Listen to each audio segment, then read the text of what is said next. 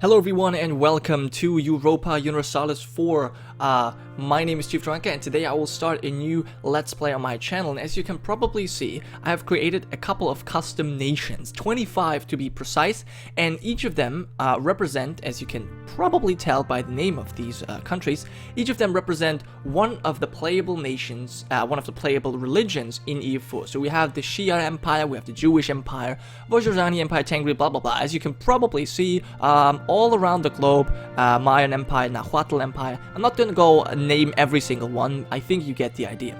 Now my plan in this is, I have now actually loaded in as the Catholic Empire, but my plan is to let the AI battle each other, and I will just sit by or watch and comment on what is happening. And I want to give a shout out at this point to Drew from Bastard Gaming, because he was the first one, at least that I know of, who did kind of these AI only campaigns, where he commented on what the AI did but didn't actually partake himself. And yeah, you know, I like the idea, so I thought I would do this on my own. And yeah, as I said, I gave every religion one nation to stand for it. So we have the Norse Empire over here, and I tried to give them kind of historical locations. So obviously, the Catholic Empire is centered around Rome, the Orthodox Empire is centered around Constantinople. We have the Protestant Empire with its capital in Wittenberg. We have the Reformed Empire over in the Netherlands. You know, the Norse obviously over there. So yeah, that kind of makes sense. It doesn't always work, obviously, in this region. It's kind of difficult. You know, Shia, Zoroastrian, Sunni, they could all be kind of in this area, but, you know, I kind of had to make a decision. So that's why I kind of spread them out a little bit more. Also, Shamanists could possibly be anywhere in the world. But yeah, so you get the idea. And I want them to battle each other, and I try to make it as fair as possible, because I want to see what is the best, strongest religion in the world, in the world of EU4, obviously. And I picked every playable nation, which is why we're actually in 1540 already, because due to some of the restrictions of the custom nation creator, it's not possible to, you know, create a Protestant or Reformed nation before certain start dates. So I had to go forward up to 1540 in order to create the Reformed Empire, which I thought, you know, would really add something. So I wanted to, I did not want to miss out on this. Now, what did I do in order to make it fair? Now, first of all of these nations that you can see right here, they are all Western. Even the ones over here, like the Mayan Empire, the Nahuatl Empire, and the Inti, they're all Western technology. So there's no difference in this. Also, every one of them starts off at with one colonist, because that's just the custom setup. So each nation has one extra colonist.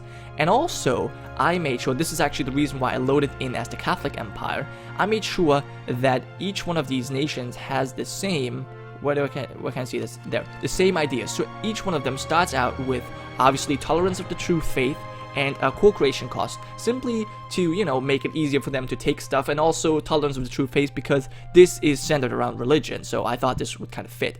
And also the first idea is, you know, zealous missionaries, missionary strength, an extra missionary, and then next comes a colonist, and everything else is basically just to make them fight better. So everyone gets infantry combat ability, manpower recovery speed, discipline, morale, and last but not least, land maintenance modifier.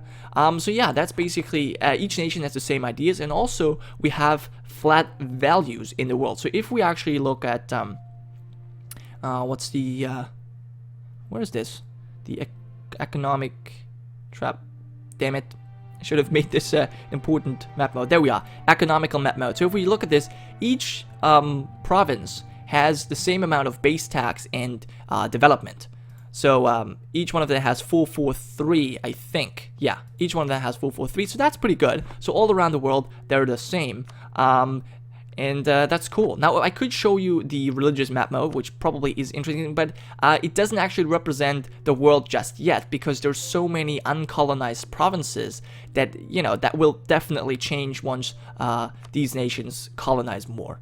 Now, I think I'm gonna leave this as an introduction for now. I will go over more things later, and in each episode, I will probably spotlight one of the religions, you know, just to show you guys what's going on.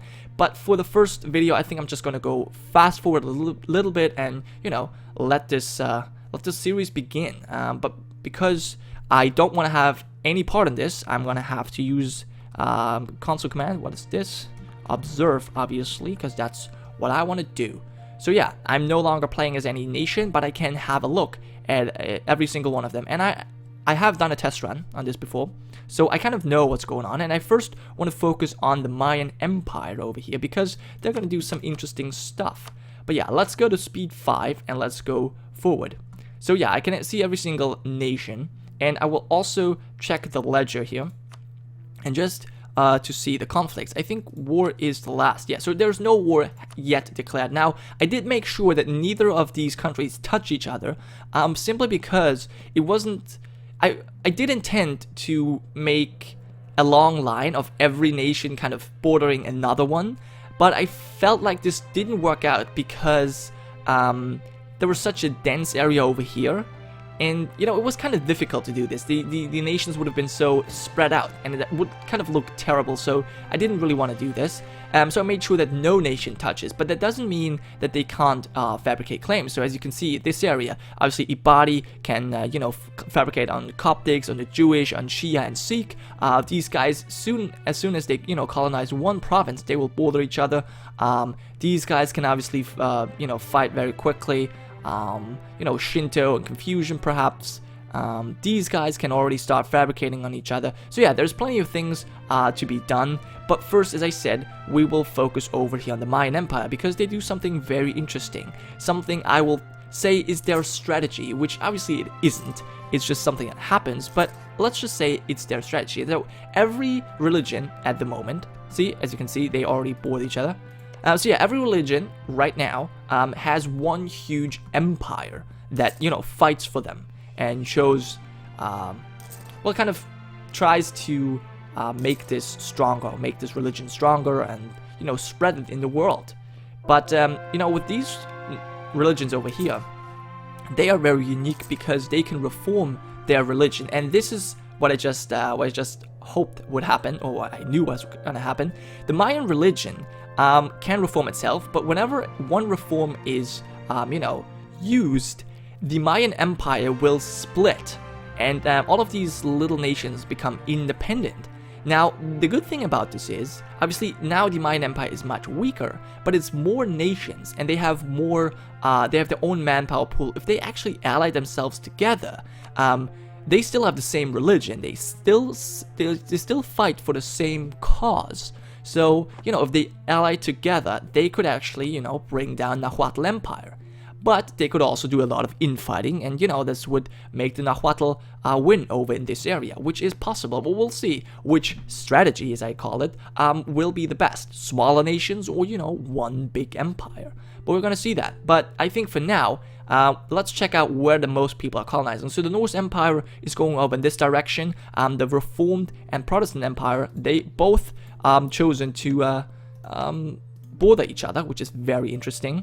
And obviously, well, not obviously, but the Sunni Empire is going for Sevilla, and the Catholic Empire is going for Valencia. Now, one thing I should note, I try to make this as fair and as even as possible, but obviously there's nothing I can do about the trade modifiers in certain provinces. So this area, if you look at the trade map, there's still some trade nodes who are more valuable than others. You know, there's, you know, three coastal centers of trade and a bunch of estuaries over here that are not present like in Bordeaux. So of course this is still gonna create some unfairness, but you know, that's as best as I could do. So I hope this doesn't have too big of an impact. Now let's actually check if there's any wars yet. No, there's no wars yet to be declared. Now, from experience, from my test run I did, the first war is gonna break out over here somewhere. The Shia or Sikh, you know, all these guys already start to border each other, so that's probably what's gonna happen first. Yeah, no wars yet. I think I'm gonna check at the end of every year to see if there's a new war. So yeah, every one of them is already, yeah, so the Shinto Empire is going for Korea, the Confucian Empire. Don't really know where they go. They look so compact. We have the Mayan Empire over here, the Theravadas, Vajrayana, the Hindus, the Sikh, obviously, the Tengri Empire looking strong. The Orthodox, don't know where they're going first. Let's actually check. Oh, they're going for their islands. Okay, interesting. We have the Shamanist Empire down here in Africa, the Animist Empire right across the big pond, South Atlantic. Now let's actually check the ledgers. Still no wars, interesting. Well, they will be declared soon enough, so that's for sure. The Mayan Empire is now colonizing. Now, one thing I should mention though, I think each one of these little nations has one colonist. Like the Maya, because they started in the custom setup, each one of these nations has an extra free colonist that they can use. I don't know if that is actually true, but I think that's the way it is. So yeah, that might actually help spread the Mayan religion very, very quickly. But we'll see if that's actually true. Now, we've already passed 3 years now, well actually 2 completely, as in nothing has yet happened. But things will start rather soon.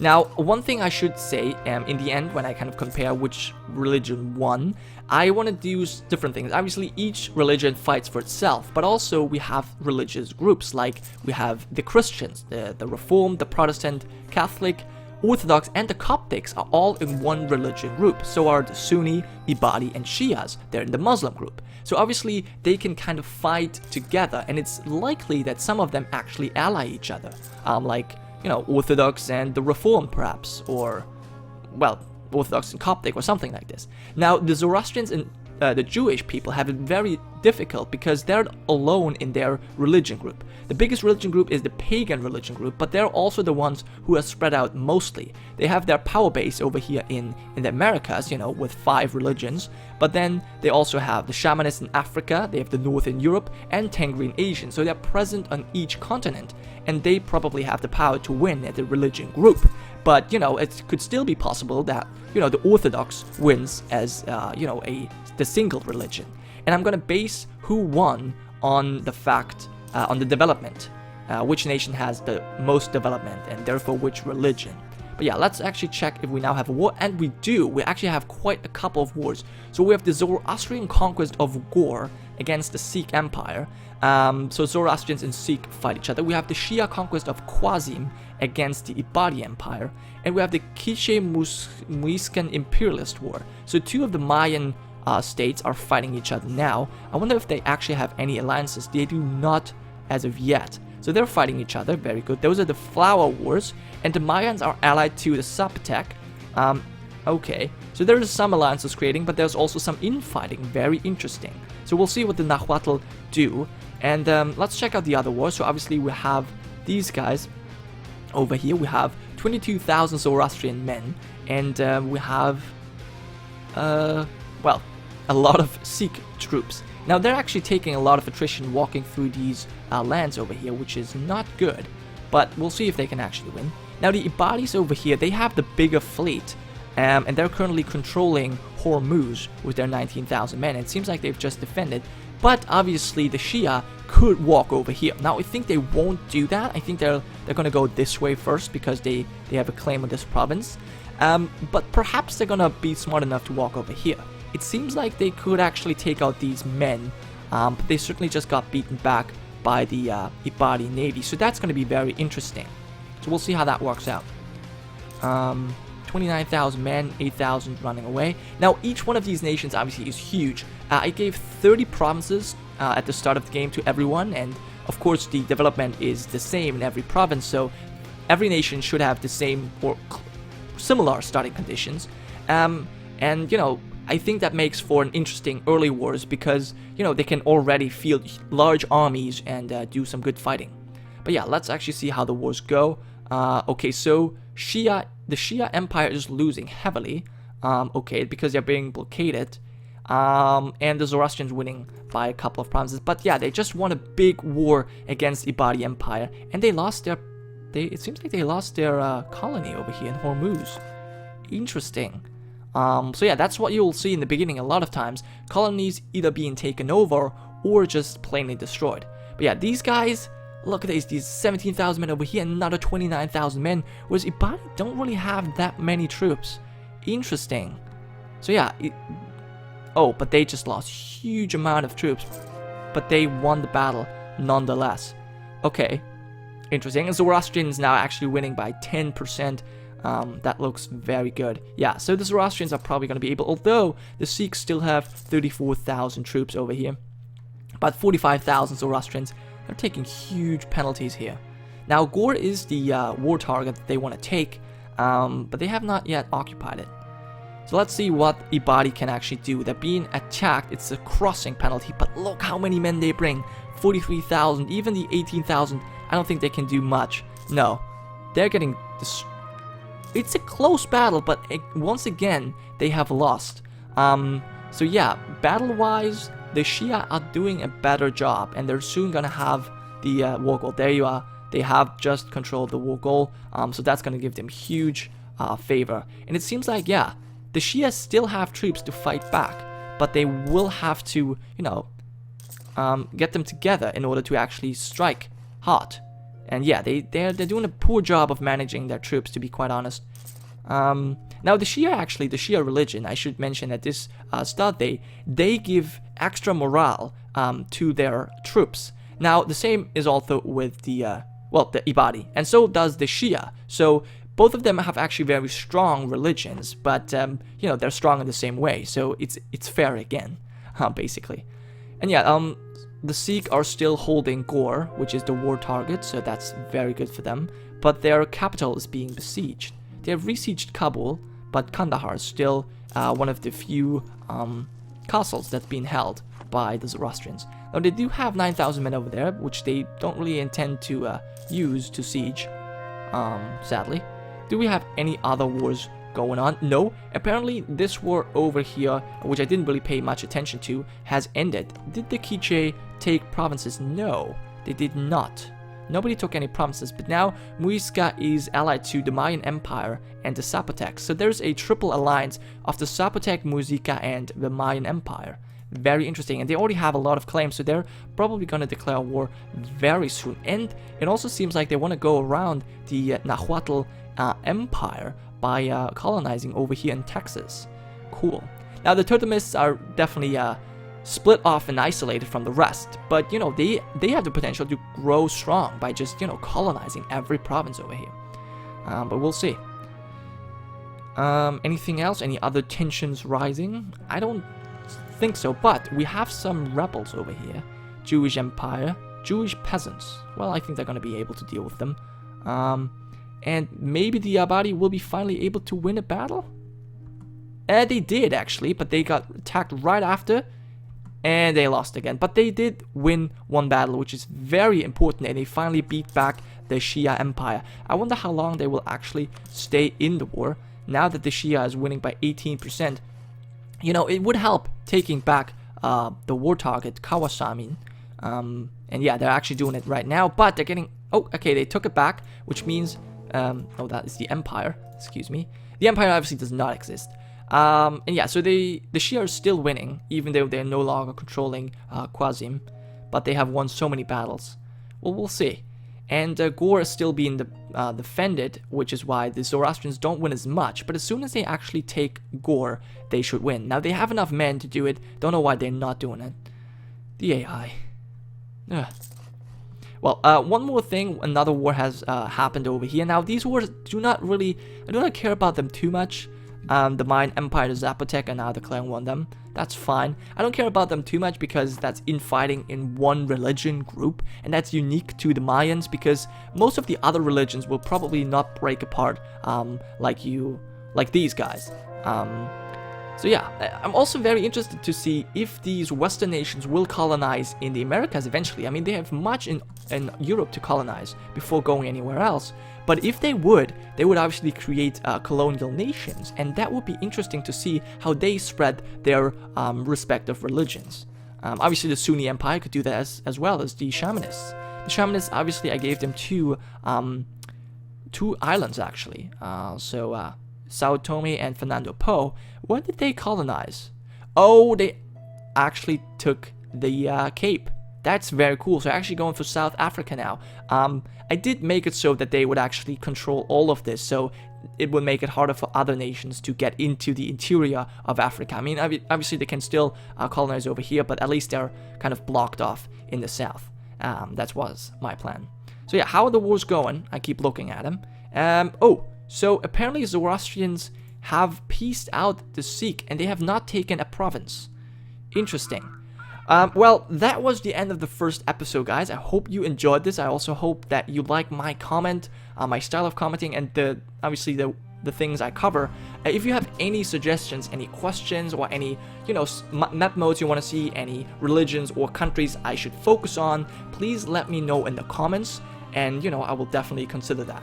But yeah, thank you so much for watching so far. I hope you enjoyed, and I'll see you next time. It's Chief Gironca, signing off.